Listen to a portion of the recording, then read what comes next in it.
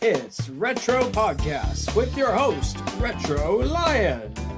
We talk music, entertainment, films, and more. And now, here he is, live, Retro Lion. Welcome back to Retro Podcast. I am the host, Ben Cena, and today we have Lucy Jane Quinlan with us, and she is an actress from the UK. And Lucy, it's great to see you. Welcome to Retro Podcast. Thank you so much. It's exciting. Thanks for having me. So, what's the weather like in the UK at the moment? Do you know what? It's surprisingly really... Well, I just looked out the window. I was going to say it's really nice, but the trees are blowing around. So it's okay. It's been nice. And I've actually been in Spain. So I've managed to pick up like a fairly okay-ish tan. But yeah, it's okay. It's not terrible. Spain is on my list to travel to. Haven't been yet, but it's on my list. Please go. Like, it's so gorgeous, and everything is so cheap. So we went to the store and bought like a bottle of wine, a couple of cans of beer, some Christmas snacks, and it came to like 10 euros or something. So yeah, go. Yeah. Well, it's the same way in Canada as well. It is? Is that cheap? It is. It is in Canada. Well, some places no, but from what I've heard, it's the same way in Canada. Well, I only went to Canada once for a film festival, and I was like, this place is expensive, but that was like Toronto, so maybe, right? It must have been the Toronto area then. Yeah. I haven't been to Toronto. The only place I've been to in Canada is Vancouver. But it's probably the next stop I'm going to be traveling to. It's either going to be Ontario or Montreal, but it's probably going to be Ontario. Oh, it's so huge though, right? It takes ages to get anywhere. Yeah. And that's how it is nowadays, unfortunately. But it's not when you're lucky enough to live in Ohio, it's not very expensive, especially when you're like 45 minutes to an hour away from the border. Sure. I get that. Yeah. And so what were you doing in Spain, if I'm allowed to ask? Was it vacation? Was it movie or? It was vacation. Yeah, I had I'm really bad at booking vacations because you never know when something's going to come up, and you never want to miss that opportunity. So I booked it, I think, about like 4 days before we went away with another freelance friend of mine. She's a dancer, and we just said, right, we've got a week. So like, hopefully nothing's going to come up. But I always say to my agent, like, if anything big comes up, just call me. I'm like an hour and a half away. But yeah, it was just sun, sea, sand, and it's just lovely. Is filmmaking traveling is something is that what you're into? Is that what you enjoy doing, is traveling to different places for films? I mean, yeah, look, I that would always be like a real big bonus, right? Like, come on, hey, we're doing this film and it's set in, I don't know, wherever, the Bahamas, and you're like, yes, this is amazing. We get to go away and have an adventure. But for the most part, for me, I remember I've done lots of things that have been set in certain places. Like, I did something that was set in Italy, but we shot in this place in the UK called Watford. It's like so grim, but they just doubled it because most of it was an interior. So you always want to get that job where you're going to go to somewhere cool, but a lot of the time it's not actually shot in that location itself, right? Understood.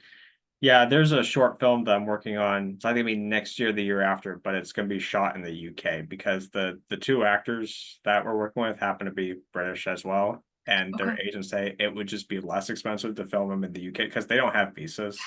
So it would just be less to film it in the UK. So it's going to be like a weekend in the UK. Yeah, that's tough because it's hard then, especially like I know a lot of people, they crew up, within the country and get the actors. But I mean, yeah. Same with Canada because I have Canadian connections as well, and that's what their agents and crew members were like. They're like, it's just best to film it in Canada, and Canada is really nice too. Yeah, I want to go more. I need to go. I must. You look me up when you come to the UK, and I should be the same when I come to Canada. You got it. And it's funny because in Ohio and Canada, there's one thing they actually share in common. So we have this. Well, we don't have an ocean like Florida, but we have this lake called Lake Erie. And around that lake, we have Marblehead, we have Sandusky, we have Port Clinton, and then there's this island in the middle. There's two islands in the middle. There's Kelly's Island and there's Put Bay. And on the other side of Kelly's Island is Ontario, Canada. Yeah, there's two islands in the middle. Yes. So like on this side it's Ohio, and then on this side it's Canada, but then there's like an island like smack down in the middle. Okay. What's that one called? Kelly's Island. There's actually two islands. There's Kelly's Island and there's Put in Bay. Why the places in Canada just sound so much nicer than the places in UK? Honestly, they've just got such cool names. Like there's a place that I went to for work recently in the UK called Pratt's Bottom. And I'm like, who called a place that? You know, your places just sound so much nicer. But yeah, and they're very much alike. I mean, it's the same architecture, it's the same restaurants, museums. They have like mini movie theaters. The ones on the side of Lake Erie in Ontario, they're like mini film festival style movie theaters. I mean, yes, we still have regular theaters as like regular movies that they show, but most of them are all like little indie films. Indies, that's great. That's cool. I'd And love it's that. really good because we need more recognizable for indie films than so much those big budget films Sure. that Disney does. Sure. Yeah. And a few years ago, speaking of indie films, a few years ago, you did a recreation of Cinderella. Me and my parents got to watch it on Christmas Day that year on our big projector and screen. And I remember you were in the production, and I just remember thinking that okay, if there's ever a 1970s film, like a film that takes place in the 1970s, you would be perfect for playing a character in that time era. Oh, that's cool. Do you know, so a couple of things that are really interesting about that is when you shoot these things, it's actually really cool when someone over the other half of the world says, we saw this thing, because you hope it's going to reach an audience, but you always think, is it going to reach an audience? So I'm so happy that you said that. But it's quite funny because I've just at the moment somehow I've been doing a lot more theatre this year. Than theatre was like my first love that I moved away from for a little while, but I'm actually going on tour in like just less than 2 weeks, doing a play that is set in the 70s. Like it's an Alan Ayckbourn play called Table Manners, and it's really cool getting to wear like the 70s clothes and stuff. And weirdly, I am like, yeah, I feel comfortable in this era. If there was a movie or a play with a specific time period, what would your dream be to uh, era? I would say like that kind of 50s, like in Back to the Future, or is it 50s when they go back Yes. and like, yeah, I would that there. I like for me, I guess more than anything, it's like a fashion thing. I love that silhouette, like if that stuff were in fashion now, I would wear it all day long. I love it. For me, it'd be the 80s. Yeah. Yeah. Okay. Even though I'm not from that era, I mean, it would be the 80s. Why? More so the pop culture. Like I've always loved the Okay. nostalgic. Like, I mean, even that films that come out today that take place in the 80s, like Stranger Things. I mean, Stranger Things, there was a lot of callback to the 80s, Uh and there was actually a movie that takes place in the 80s, and they made it look like it came out in the 80s. I wanted to see it, but then I couldn't because it was filled with massive gore, and I have a very weak stomach when it comes to massive gore. Like I can't watch anything that has massive gore, yeah. and that was the sequel to X. It was called Maxine. Oh, nice. I haven't seen that. Yeah. I mean, it looked Yeah. entertaining, but then I was like, yeah, I'm gonna have to pass once I read how massive gore it was. I'm kind of the same with that as well. Even though I do like that stuff, I'm like, oh no. But I did a play that was set in the 80s as well called Dangerous Obsession. I had to wear a swimmer Nice. costume for the whole play. Yeah, it was fun. But I have to say, the men's fashion in that time was not good. Like all the boxy shoulder pads and stuff. So maybe you want to like, if you do go back to the 80s, maybe like have a little bit of influence in the fashion because I don't think it was the one. Although I will say the movie Challengers with Zendaya, even though it takes place modern day, it came out modern day, it does have a 1980s vibe. That's true. Yeah, I see that. And the music was just epic, right? Yeah. Yeah. And Dangerous Obsession, I've got a quick question about that. What was it about? Because I'm curious. Okay. So not a lot of people know this play. So it's a thriller. It begins with my character Sally, who is sunbathing in her garden. She has a big, beautiful house. She's married to a man called Mark Driscoll, and this strange man turns up, like walking around the conservatory, almost like peering in, and she sees him and she's like, who the hell are you? I'm not interested. Go away, go away. And he says, no, we know each other. We met at this conference years ago. And eventually she's like, oh, yes, of course. But she was drunk, so she didn't notice. So she lets him in, and gradually the audience see it. But me and my husband's coming by that point don't see. He's actually locked us into our own conservatory. And at the end of Act 1, he kind of comes up. We sort of tried to get rid of him, and he pulls out a gun from his bag. Oh, jeez. And that's, yeah. So you're like, oh, God, this man isn't just a bit weird. He's actually a real threat. Act 2 opens, and I won't give away everything, but he begins to interrogate them because he reveals that his wife had died in a car accident recently. I think it was like 4 weeks ago. And he begins to ask all these questions about Mark and Sally's marriage. And what comes out of like their married life and their situationship is just so many big reveals. There's so many twists and turns, and you're thinking, are they going to get out of it alive? Does he want to kill them? What does he want from them? And it's just brilliant. Like we had like the audience were gasping. They were like, some people would like laugh with like at that really awkward moments, just because I think that's a human reaction, right? That's a human response when we're so kind of shocked.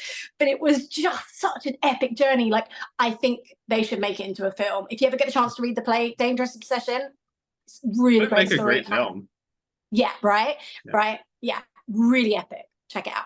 It from how you were telling the story, it almost sounds like, well, it almost sounds like X, like the film X was. Right. Right, that kind of twisty, like, I'm not sure, and you're sort of on the edge of your seat all the time, right? Mm-hmm. Yeah, except X took place in the 70s. I mean, close enough. Yeah, yeah, exactly. Yeah. But if you haven't seen X, definitely get a chance to watch it. Okay.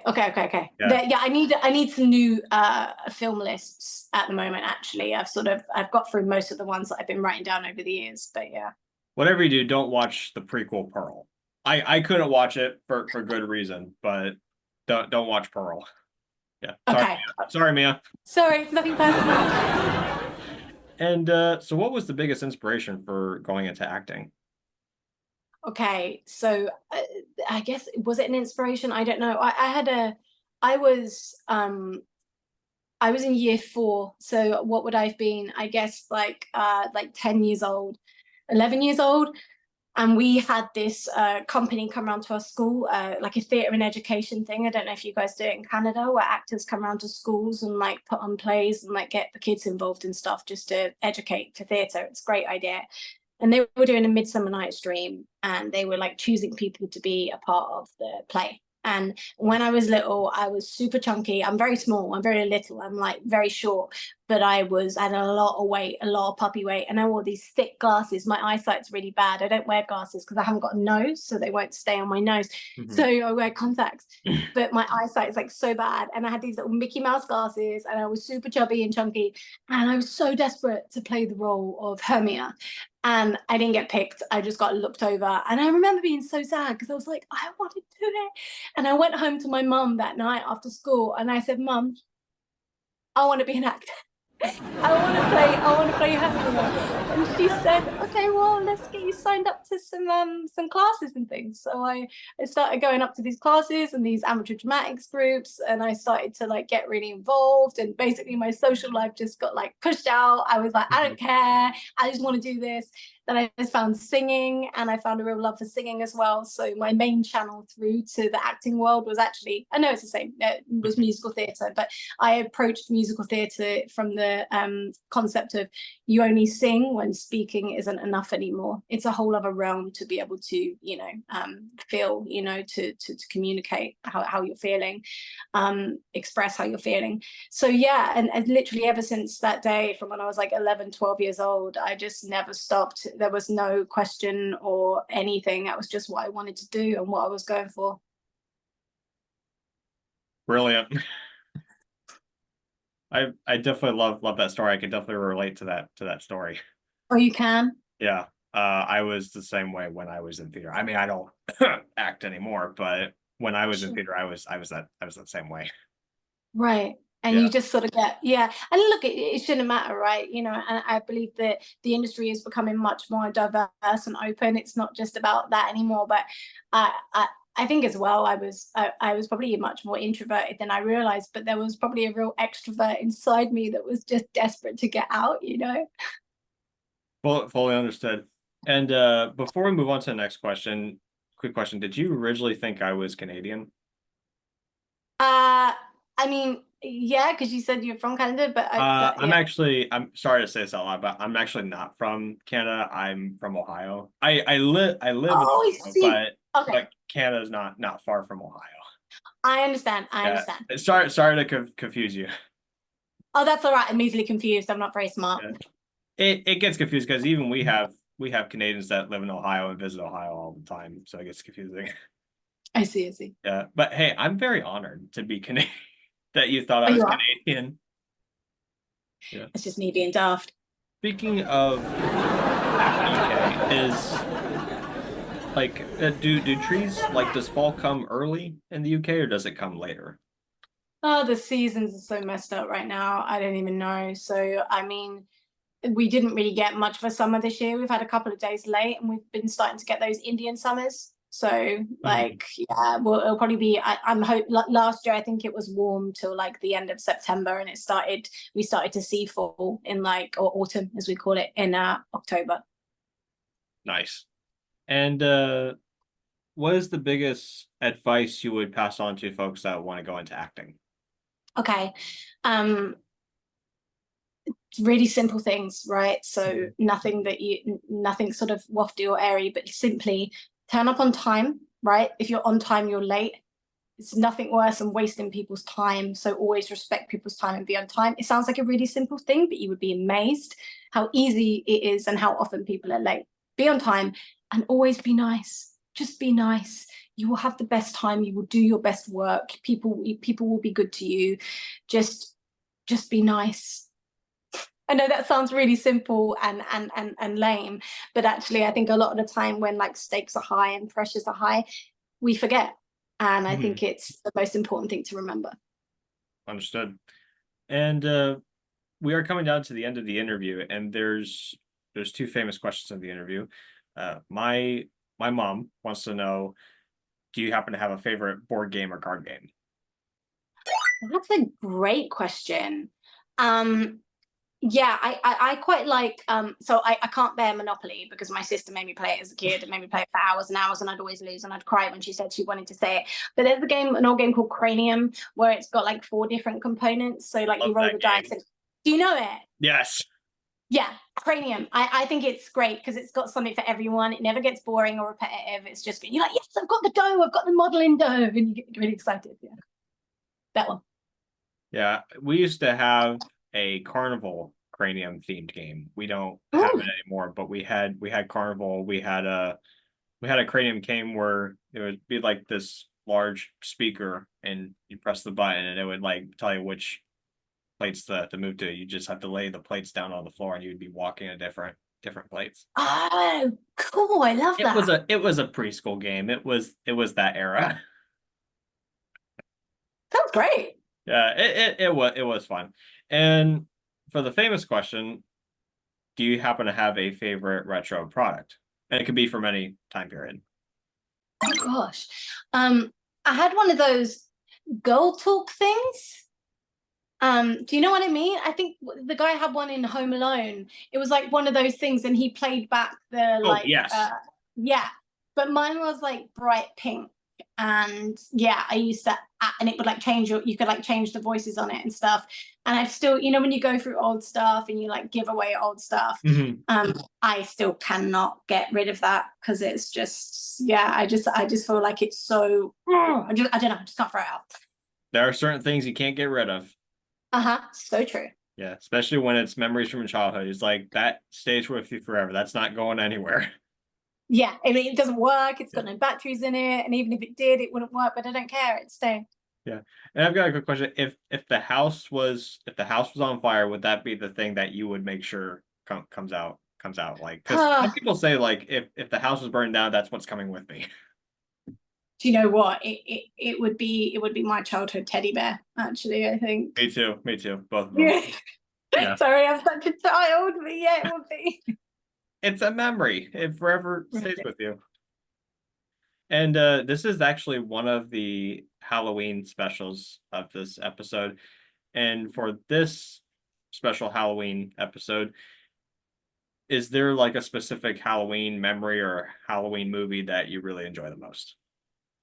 It's a Halloween memory that I enjoyed the most. I went to Disney World with a friend, and we went to go and do like the trick or treating thing, the not so scary Halloween, which suits me, right? Because I'm all right with like Halloween, but it's too scary. I'm like, I'm a wimp. And we couldn't find any costumes. So we ran to Target, and all we could find was a strawberry and a pineapple.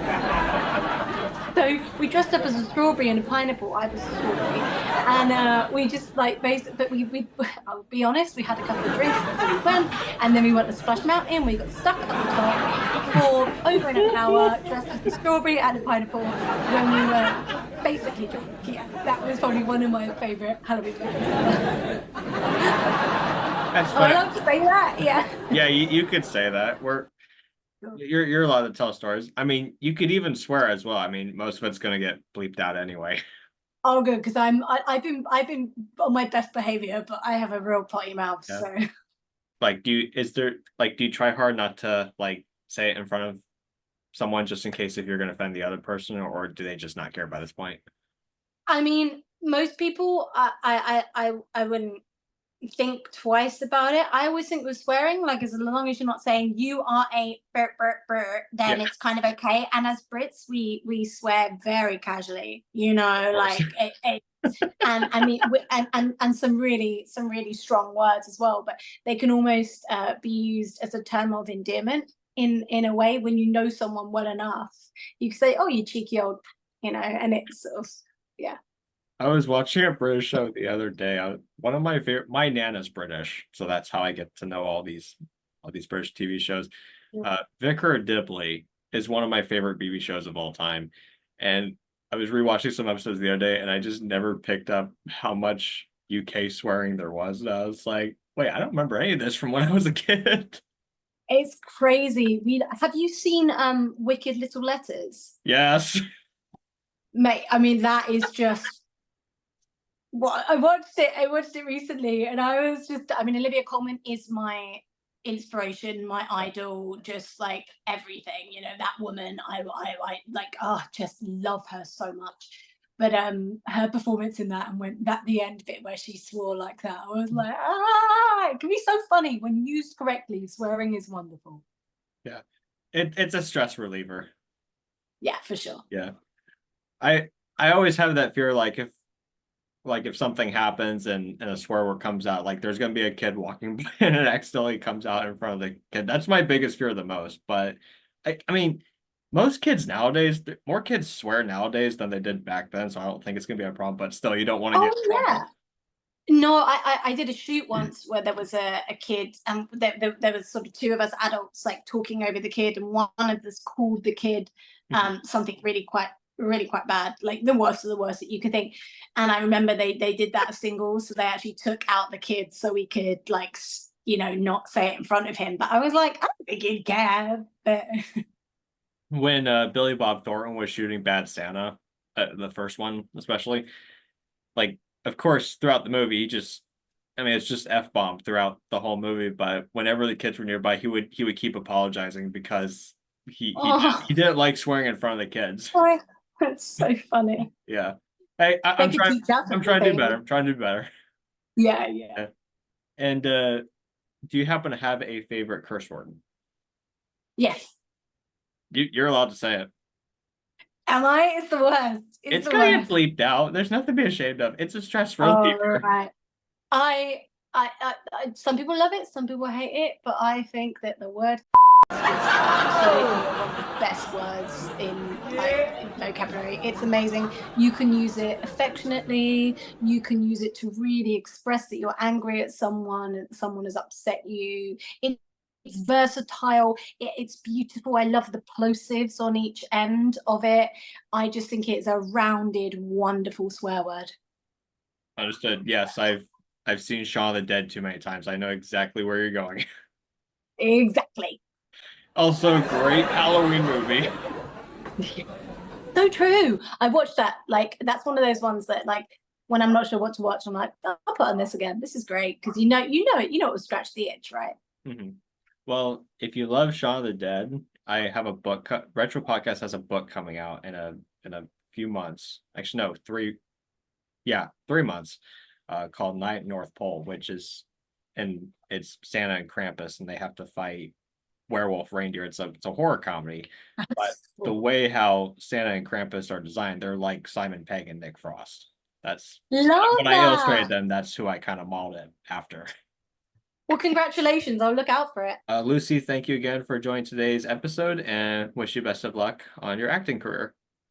You're welcome. Thank you so much. Wishing you all the best for yours and your book release, of course, as well. Thank you. Thanks for listening. Be sure to like and subscribe to our YouTube channel, follow us on Spotify, and follow us on Instagram. See you next week!